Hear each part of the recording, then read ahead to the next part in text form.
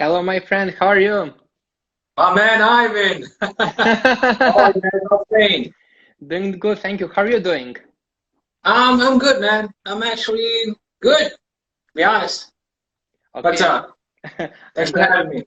I'm glad to hear that, and really, thank you very much for accepting this interview. For me, is like a very big honor to have this interview for second time with you here now in English. PS, man. PS.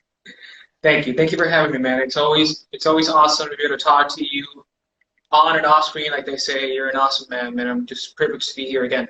Now in English and in Yeah. less. Thank you very much for that, Luis. I really appreciate it. And if you are so kind to tell us, how was your beginning in the world of acting and world of series and TV? My first ever acting experience was for a TV commercial that I auditioned for a chain of restaurants called Chuck E. Cheese in Florida. However, my first acting experience was in a play when I was 8 years old. And I was just this little kid that was supposed to be a reporter, just sit there, don't speak, and take notes. Because the teacher just didn't want to go ahead and mess with 40 different kids, and she needed something to do, so she thought about a freaking play. So she just got her characters, and whoever she couldn't think about what to do or she thought couldn't act or anything, she said, "You're all going to be reporters, or you're all going to be jury. You can take notes." So she gave me a sheet of paper and notepad, and all of a sudden I was playing being this press agent detective, and I was writing down every single question and thing that was happening in the play, and that's how the obsession was born. Okay, so you started in like commercial, and like from there, what was the next step? So what was your next TV or acting project? Did you do theater or what was the next? By the time I was 10, I was doing monologues at school, like single take monologues for Latin History Month. And they told me, you're going to be Simon Bolivar, which for those who don't know, Simon Bolivar was basically like a George Washington of the U.S. He was this great hero fighter for independence in Venezuela. And I was supposed to do a monologue about his life. So here I am being 10 years old, and I said, you know what? I'm going to do a monologue about his life. And I read on him, and I got a book from him, and I was just all over my dad to get me a book from Simon Bolivar. So he takes me to a library, and I'm just reading about this guy, and it just clicked. If I'm going to do a monologue about Simon Bolivar, I'm going to be Simon Bolivar from start to finish. So the monologue was his first days when I was a little kid, and all he did all the way until he died. So I would literally die on set, and that was the end of my monologue. So then I thought it was stupid. So I stopped it. And what I didn't understand was that all the teachers are bringing all the kids from all levels to go see me do the monologue for when I would die, my death scene, which apparently was nice. And then when I would just go ahead and go like, okay, and I'm saying, like, where's your dad? Why don't you die? He was dying. Go die. So then I said, well, maybe, maybe I could act. And the rest is history. Okay, thank you for saying that. It's really interesting. So it was like a monologue. And how did you find yourself in monologue? And what do you think like nowadays when you had like so many projects like theater, movies, series? How do you see a monologue from this point? Is it like interesting to you, or you prefer a dialogue towards a monologue? A monologue for me is a dialogue. Let it be an inner dialogue. Let it be, it depends because a monologue has X definition. You could have a monologue right now, and you could be just reciting Shakespeare, and you can turn into a monologue. Henry V, for example, I was just seeing a masterclass, and Henry V, the prologue for Henry V could be made a monologue. Very interesting piece asking the audience to imagine a war. So for me, monologues are amazing, but I'm always having that two-way street conversation, no matter what I do. If it's a monologue, I do it for me. I've done monologues where it's just making a confession to somebody. So even though it's a monologue, I'm still addressing it to somebody. I just tweak it a bit to make it a monologue. Okay, thank you for saying that, Luis. It's really interesting. And what would you say that is like the biggest challenge when you're doing the monologue? Like, would you say to connect with yourself, or what is like the biggest issue there? Well, I'm going to go back to that master class I'm currently studying at the moment because I'm always studying something. I have this addiction to be able to learn something. I need to be learning something new, or understanding something, or trying to see how things click. We as actors are at the service of great writing. In a perfect world, sometimes we just get pretty, can I say shitty? Am I allowed to say that bad word, shitty? Well, I said it 2 times already, so let me say it again. We sometimes do get very shitty content, but hey, we got to pay rent, we got to work. And when you do get that good writing, it's all about you trying to show respect for the writing and range as an actor. Because I could have a monologue that's basically entirely like, just like, I remember the time when I was 16 and I had a beer for the first time, and oh, the memories, it was nice. It's not the same as when you try to get colors and tones and range and depth and history, story in that monologue. And you go ahead and you say just like, remember when I was 16, I had my first beer, and oh God, man, what memories. It was just like, oh man, that first beer and that first girl. Yeah. And then you're lost. You're lost in thought and memory until your other actor talks to you, and you go back and you continue. So that is, to my understanding, the essence of trying to portray an honest performance. You give your monologue life, connection, no matter how bad the text could be. But when it's not bad, when it's great, a great piece of writing, it just flies on its own. It's amazing. It's hard to bring into words how it feels to have a good connection with good writing and a good environment. Yeah, definitely. Thank you for saying that, Luis. I really understand that it's like the basic that text is written well and with a sense. And I also wanted to ask you, for instance, nowadays, if you have opportunity to do casting for whatever, let's say for the movie or for the series, and if you have like two options, like that you prepare your written monologue, or that they give you some monologue that you have to learn. So what do you prefer of these two options? You're assuming that we have an option sometimes. Sometimes as actors auditioning, we don't really get options. We get directions, we get instructions, we get requirements. I welcome whenever I do get the opportunity to have monologue. But the thing is that it's kind of frustrating for some castings to just let the actor do whatever the hell they want because they're looking for something specific. They're either looking for me being me character, which is very common where I am right now, or you're looking for somebody that could do a Gary Oldman in Darkest Hour that can even become it, wisdom children. So, for example, I just had an audition where it was kind of like the craziest audition I've ever had. It was 10 exercises. You had to act like you were cold. You had to act like you were hot. You had to act like you were cold and hot and hungry next to a pool, but you can't go in the pool. You have to react to a gun to your head. You have to react to a wedding. When they're late, you have to react to when they just kissed the bride and you're happy. And that was the audition. You were sending expressions of you, no lines. Then I had another audition where it was reading lines, but the lines were like one sentence or two words, and that was the whole freaking audition. So it's kind of a challenge. How do you work with that? I have had auditions where you get monologues, and it's awesome when you do. But sometimes we as an actor, we need to understand what are they looking for when you get a hint. Like, for example, okay, you're auditioning for an action movie and they're looking for a bad guy that has a single-minded, tough 1980s bad guy.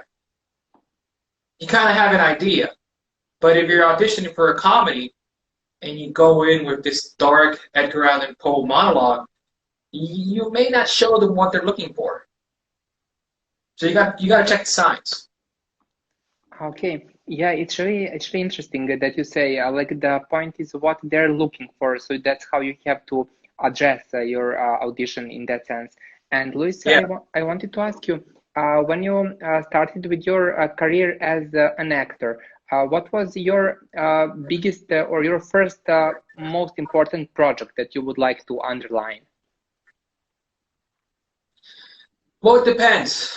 I can answer that question two ways. For example, there's the biggest and most important production I've been in my career, or the biggest, most important moments I've had in a production for me, no matter what happened with the project. For example, one of the biggest moments for me was when I met Andy Garcia, the guy from The Godfather, in Ocean's 12, I think it is, or Ocean's 13.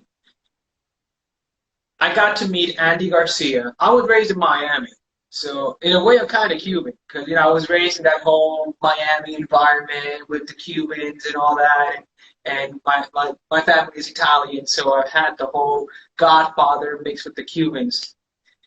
When I met Andy Garcia, when I met Steve Gowers, who worked with Al Pacino, I was seeing the people I was raised with. They were like family to me, even though I never met them because they were in my house all day. They were on the TV screen all day. For me to be able to sit down with these people, not just take a picture and be on set, sit down with them and talk to them, learn from them, get a scope on life on like, hey, this is how I made it. This is what you do in your career. That was like a huge moment for me. Also meeting Vin Diesel. He is cool as F, and he's awesome. First time I met him was amazing. Okay, thank you for saying that. So it was your sensations when you met the people who were really important for you when you were like a child and when you saw them like in real life. And Well, I had a when fanboy. It was a huge fanboy. I was like, oh my god, what the fuck is going on? and Luis, in what year was that more or less? Whew, that was almost 10 years ago. That was like 7 or 8 years ago, more or less. Okay, so it was not like so far away as I first thought. And Luis, what was your biggest project that you would say if we talk about like movies or a series? Well, I work with Vin Diesel in the movie Triple X Return of Sandra Cage. I'm one of the actual Russian bad guys in that sense. But sometimes you could be 12, 15 days working in a movie, and you may not see it on screen because of editing or because of the way I was characterized. I was using a mask. It was barely me. I have had a lot of opportunities where people rarely see this normal face. You may see me in a movie and not even recognize me. I've also got to work with Latin American superhero, which is Manolo Cardona, as well for a while in a big production called Ruidosa. And there's a couple of projects I'm not allowed to say yet because they haven't come out because of COVID. Thank you, freaking COVID. But it will be a production that, more than big, it will give me a lot of opportunity for range in a character. It's a very dark character that has lots of stages. Begins as a baseball player, ends up as a drug addict, and then he just goes tumbling down the rabbit hole, and it's very diverse for an actor, and I'm very grateful for that opportunity. Okay, thank you very much for saying that, Luis. Of course, you will let us know when you're able to speak about that. And before continuing, I just want to read one question that we have from the audience. It is my friend Joe from Ireland. He asks you, what do you think of the Hollywood scene and the importance of having a network there? Hey, man. Well, thank you for your question, first of all. Hollywood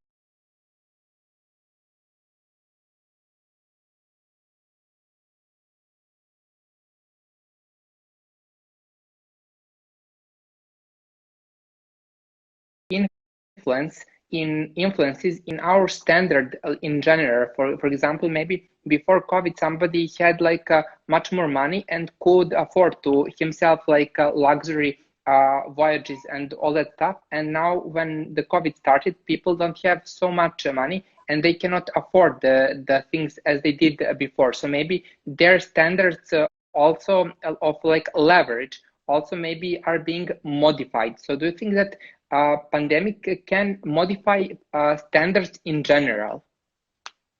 I do. I do. And we're seeing it all around us. We are. I mean, dude, the turning point of this COVID, when it just exploded, sorry, we saw people fighting for toilet paper. I mean, we saw people in the supermarket that had a very old car fighting with somebody who may have a 2020 car for a piece of toilet paper. So, the standard changed. And it got to a point where it didn't really matter if you were rich or poor, you were having the same crisis. Unfortunately, we've lost people that were very high in power or very dear, and it didn't matter if they had money. As a matter of fact, we had a lot of news reports of some of the first people to get COVID were either politicians or were high-profile people who were used to traveling all over the place or mingling amongst them or having this mentality that they were bulletproof, and nature showed, life showed that no, mother F, you are not bulletproof and you got to take this seriously. So many have become richer, others like me have become poor, and others are just trying to hang in there. Okay, thank you very much for saying that. Yeah, it's really interesting, as you say, that it's really like obvious how this situation can change the standards really easy in that situation. And Luis, I also wanted to ask you, we also talk about that in a previous interview, but as you know that I'm doing my research about telenovelas. So what is your opinion in general about Latin American telenovelas? The telenovela, like I always tease you off screen. I know. I think telenovelas, well, storytelling, performances, just not to say theater, they're based on human emotions. You and I, God willing, grow old, we pass away. New generation comes. They're going to have emotions of love. Some of them are going to feel insecure. Some of them are going to dream about a better world. So they will need that content. I mean, we're getting to an age where we see things nowadays that we may see them and say, "Oh, I've seen this show already. This is just another Friends. This is just another Beverly Hills 90210. Oh, this is just another one of those teen dramas. I've seen this 100 times." But there's a whole generation that haven't, or that don't connect with that previous one, that are connecting with this one.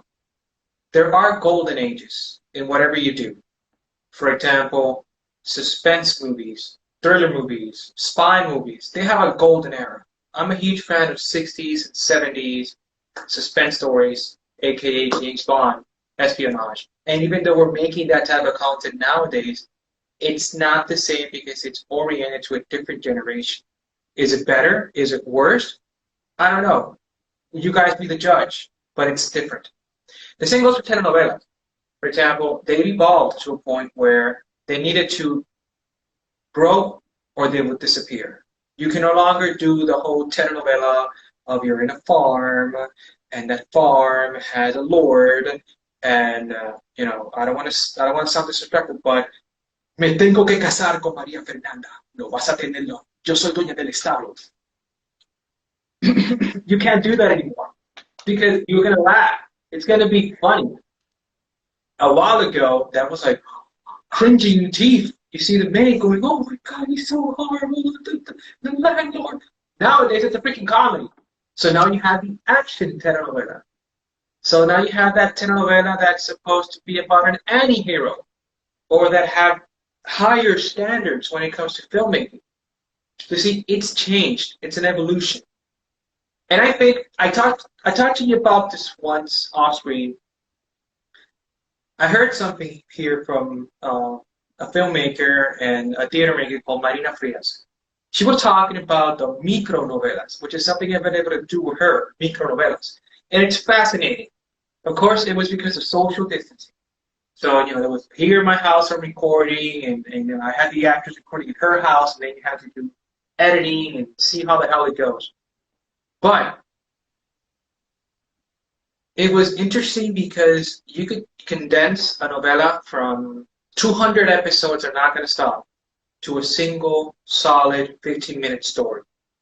But the essence, love, betrayal, jealousy, envy, it's all there. It's what we've seen in telenovelas, but it's a different form of telenovela. You get what I'm trying to say? Yeah, definitely. And which form would you say in that sense that is like more popular? Well, right now I think that the action telenovela, or what I'm calling action telenovela, I'm not an expert, would be the one that's most popular. Okay, yeah, I'm definitely. loving Spain. I'm loving the type of work I'm seeing from Spain, the Gran Hotel. There's one about a cruise. I'm fascinated by it. I love Brazilian work. I've always loved Brazilian novelas. They're just amazing as well, etc., etc., etc. Okay, thank you for saying that. And Lisa, if we talk about like normal telenovelas, you know, like that they would say like telenovela rosa. Did you see one of those like in your life, and which one? Oh yeah, I've seen a lot of them. I mean, I remember that I went to the Dominican Republic when I was a child for some vacation, and telenovelas was like the thing. I mean, you didn't have that type of telenovela in the States. I mean, you had Days of Our Lives, Young and the Restless. I think that's how they call them. But here they had like Maria del Barrio, and they had Tu y Yo, and they had Betty La Fea, which I loved it. So it was like the thing. You just sat down there and you saw this over the top, like there was this ¿Qué haces, Pakistani? And she was like all over the place. And they were serious. They were like, this is life changing, what's happening to them. But it was hilarious. It was so bad, it was good. And other times it would just explode like in the middle of a car or a fire, and they would just walk out. They're normal. Then they're back again with a knife in their hand. Everyone's like so shocked. It was amazing. It was unique. It was like nothing else I'd ever seen before. Yeah, thank you very much for saying that. Just because of that, I'm asking you, as you had that reaction first time when you saw it, would you say that sometimes in telenovelas, like the acting is overacting, and what do you think about that? Have you ever seen the process of working in a telenovela? I mean, how it's done? Sometimes it's very express. I've been able to work not in telenovelas, but with telenovela production people, that their way of filming is like a telenovela. So I was able to understand. You see what you just did with those headphones? Some of them have a headphone and they're just like audio dubbing. When you do audio dubbing for anime or any cartoon show, you got the script, you're reading it right there and then, you gotta create content. You gotta go. You don't have time to dwell on an emotion and explore it and make it grow. You gotta vomit the words. And you got one tone of feel. So some of them do that. Others are amazing and have the opportunity to provide great performances, like Dora Amazona. I don't know if you know her, Dora Amazona. Of course you do. Of course you know Dora. And you know, I was able to see her work, and she had that key. She had that secret that even though she was in a telenovela, she was authentic, if you ask me. She was real, and she was able to provide an honest, true character. Even if everyone else on screen maybe wasn't the same, she was legit. That's fascinating. Okay, thank you very much for saying that. And yeah, as we're talking about the essence of a character and all that stuff, and I wanted to ask you, Luis, do you think that people in real life are much more different than the characters in telenovelas? I don't like to generalize, intentionally. The word people is a very broad word because there's people from Europe, there's people from America, there's people from Latin America. We all see life a bit different. Some things that could be novela for you are not novela for us. There are some people that you speak to them and you feel you're talking to a telenovela, a living, breathing, real-life telenovela. Pues es que María Fernanda le pegó cuernos. Él con ella tenía otra. And you're like, wait, what? This person is actually talking like a telenovela. Or have you ever heard these kids that they speak like Discovery Kids? Pues señor, tenemos que agarrar y mover la casa porque es lo que veo. That's not the way their parents speak, but that's what they're being influenced by because they're seeing it in TV. Drama sells, man. Telenovelas are always going to be there. The same way spaghetti westerns were a thing. They sell. And there's people that resonate with that. That's really interesting what you're saying, Luis, that drama sells. And yeah, when you think a little bit more about that, you have the same conclusion. And did you think once that, for example, you know that telenovelas are sold like love stories, as you said, like betrayal and all that stuff? And did you ever get to think that it was maybe like an excuse that at the end they put like very dramatic moment, like for example like the theater of Shakespeare, of some of those things, and it is like even like more bold than the plot of the novella in general? I don't know if you get the question. No, sorry, run that by me again, sorry. Okay, so yeah, it's a little bit confusing. So you know that you have from one line that love story with betrayal and all that stuff that all telenovelas have.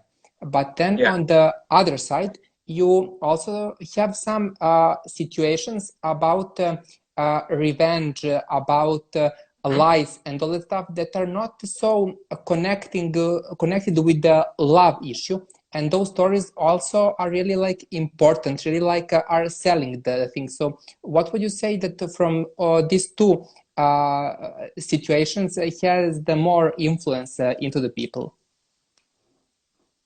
Here's the thing.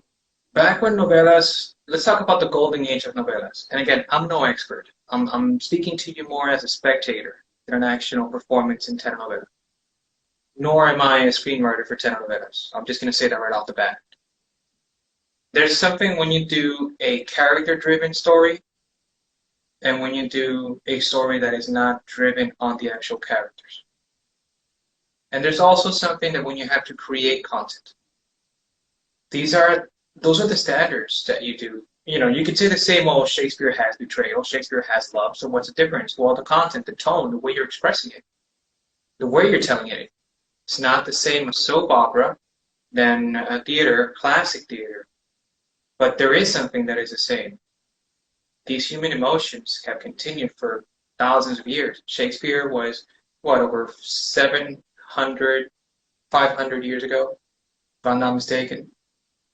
Yet still, it continues. So several hundred years ago, yet still it continues. Now, the way telenovela makes it for TV, they overemphasize selling those emotions, selling those dun dun dun, if I'm not mistaken.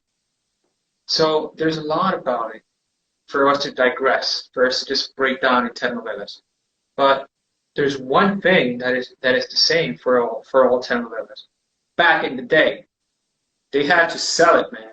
Actors had to truly sell it because it was oriented to a specific market overall. Okay, it's really interesting what you're saying because, as you say, when they emphasize some situations, would you say that it is the way that people really do like to see those situations presented in that way, like overemphasized with the music and the background and all that stuff? Well, apparently they did because ratings were off the roof, and there was a reason why telenovelas, everyone was making telenovelas over and over again and for hundreds and hundreds of episodes. They wanted it. They needed that. It was what people needed, that escape of reality. In the end, they wanted to be entertained and forget about themselves or dream of what they would look like. For example, we're humans. Nowadays, you just open your social media and you see a human with perfect genes, you know, amazing hair, great physique, or a beautiful girl with amazing hair, and you say like, "Damn, I'm not that way." So you see yourself in that person. That's why movie stars were a point where they had to be like muñequitos and muñequitas. If you have this, not well-weighted lady sitting down having, a very difficult time in her life, working as a maid, for example, watching a telenovela, and she sees this maid that grows to be the lady of the house and turns beautiful and all that, that's a fantasy story for them. So they're connecting with that excitement, that emotion. And that market knew that and created content for them.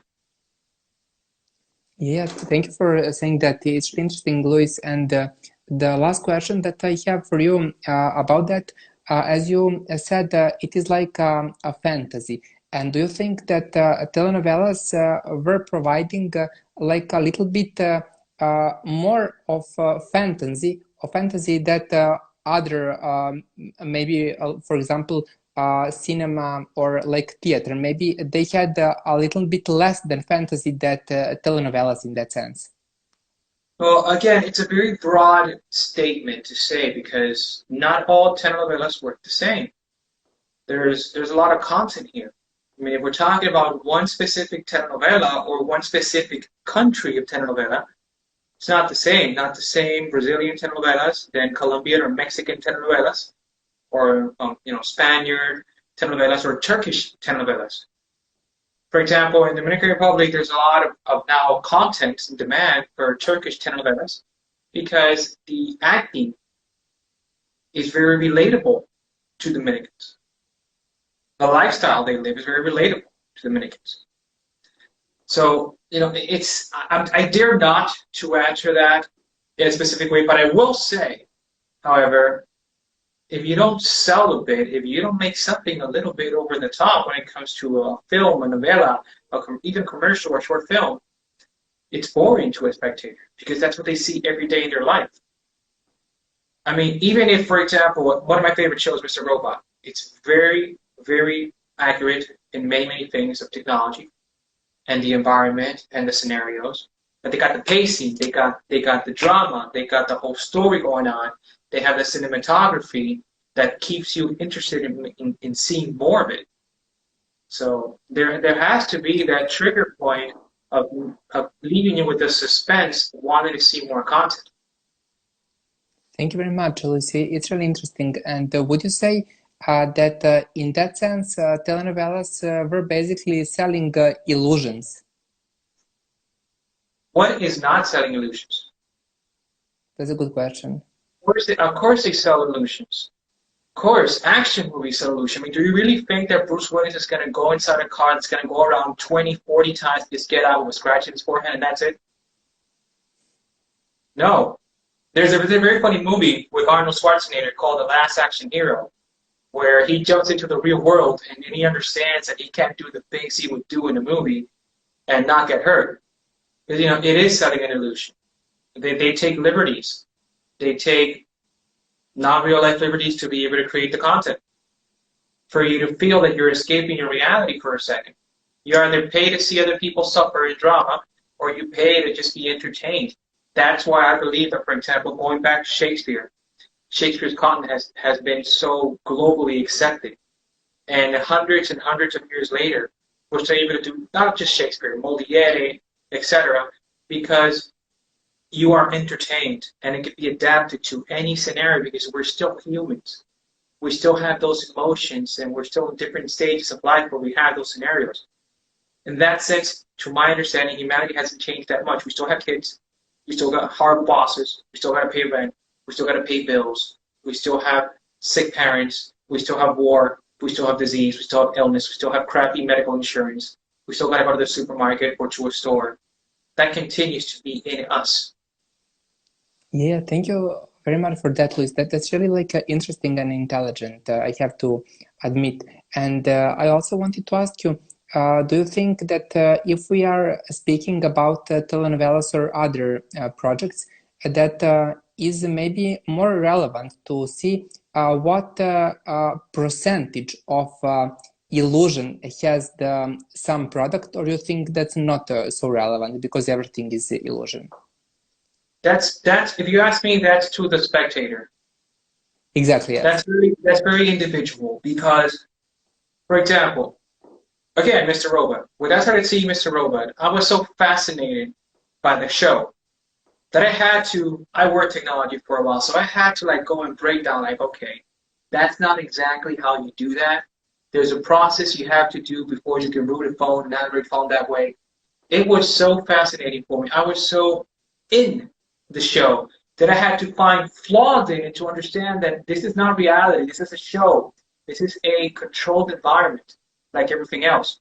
So if you want to burst your bubble and see, okay, this is not real, that's not how it goes, you, you can just live the story for a moment. Give it license, give it the permission to be fantasy, because everything you're seeing is to be accepted as fantasy. It's even reality shows are not really reality shows. You know, there's production to it, there's stage to it, there's scenarios, there's writers to it. Like there's controlled, created conflict. Yeah, that's really important. As you say that nothing is like real in that sense, and reality shows also have like a production, and they create conflicts and all that stuff. And also, Luis, as the time of interview will come to the end soon, unfortunately, I wanted to ask you, would you like to say something that we didn't speak about? Yeah, I would. Thank you. Thank you for that. Okay. Acting. I mean, when you see somebody truly in the moment, truly in situation, even in a controlled environment, even with stage drama, when you see somebody who is truly in the moment, living it intensely, that's beauty. That's beauty. That's art. For example, Viola Davis in How to Get Away with Murder, the last season. Spoilers if you haven't seen it. Spoiler. Okay, I'm gonna say it. She has a scene where she's just doing an exercise for Alcoholic Anonymous. When you're trying to just scream away your pain, and she can't do it the entire show. And in the final scene, she does it alone in her bedroom. She starts just hitting a pillow. I'm bad. I'm stupid. I'm useless. And she starts growing and growing and growing and growing to the point where she's bursting in tears, true tears, and just beating the crap out of that pillow. And there's nothing else happening. She is destroying the pillow and letting go and admitting to herself all her failures as a character. And camera really helped her out, and editing made it beautiful, made it amazing. In the end, that's what we pay to see. We pay to see the things that maybe we don't dare to do in real life in somebody else. We want to be inspired, if you ask me. We want to walk out of theater, walk out of the movie set, the movies, and just talk about the story and want to be something better. That's what we should aim for when we create content. To move people, to help them escape their reality for a second, to make them feel emotion. That's why telenovelas are so interesting and have been so timeless. Even if you see some of them as funny now, they were one of the main examples of moving emotions. When people would turn on a telenovela, they would maybe forget about their life for a second. They would damage dinner. Dinner would burn. They wouldn't open the door. Shh, cállate muchacho, que está la telenovela. Because it was so amazing for them. They were living a different reality. And other type of genres could learn from telenovelas in that particular sense, if you ask me.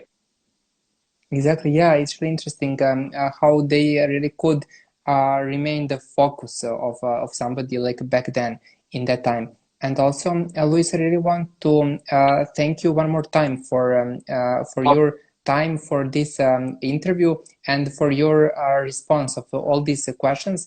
And you know, if you need something, you can always count on me. Same here, man.